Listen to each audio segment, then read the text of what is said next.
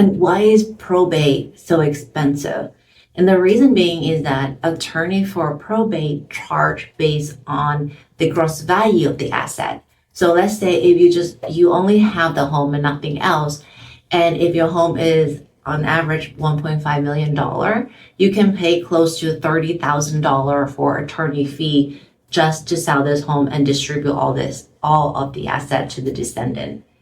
And so it actually so much more cost effective if you just have a living trust in place. And typically living trust can cost around $2,000 to $3,000.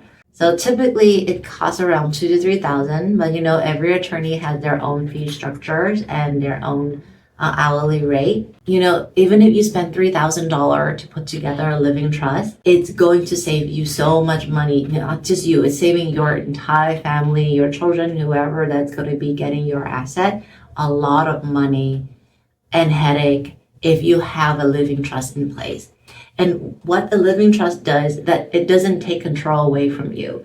All it is just a living document that you designated. You are the one that grants you the trust, and you are also the authority, the trustee. You have all the authority to handle the property, do whatever you wish to the property.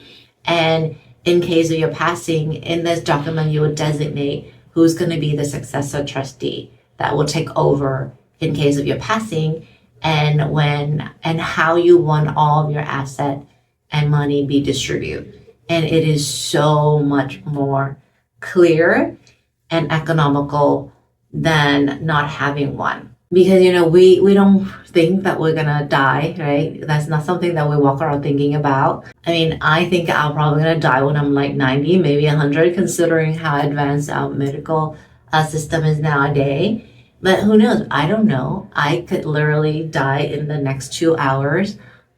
Knock on wood, that doesn't happen, but I could die in my 40, my 50, 60, who knows? So being prepared and having that living trust in place is actually really important. And with what happened, it is such a tragedy to see so many young people on that airplane pass away so early. I'm sure you hear on the news with the recent plane crash in DC, where the passenger jet collided with a military helicopter, and essentially, no, there was no survivor. It really made me think about how unpredictable life can be, and things can change so suddenly on a dime. It brought front and center the idea that we really need to be prepared, and especially for all my clients, I am actually started to reach out to them and asking if they actually have a living trust set up for their home. Because here in the Bay Area, as you know, home prices are significantly higher than anywhere else in the country, easily 3 to 4 times higher.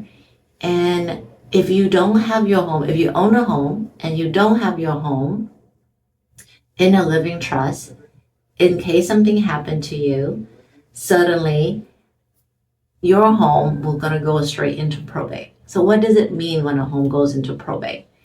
So when the homeowner suddenly pass away and there's no will or there's no trust, all of the homeowner asset, including the home and anything else they own, is gonna go through the court system, where the judge will assign an administrator, and typically that is going to be a family member, and you're going to have a probate attorney that will help you through the court system, deciding how to distribute all of the property to the descendants. And usually if there's a home, the home is going to get sold on the market. And sometimes if any buyer out there, you go see and you say, oh, it's a probate sale, that's what it means, because it's the owner has suddenly passed away without a will or a trust.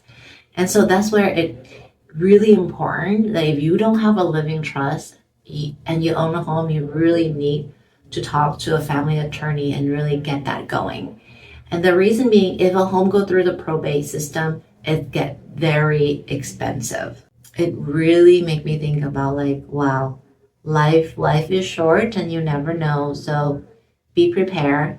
And I recommend if you own a home and you don't have your living trust yet, make sure you get that going. And if you're here in the Bay Area and you don't know a good attorney or you would like my recommendation, feel free to reach out to me. I'm happy to introduce a few of our friends who are family attorney, and I know they will take great care of you.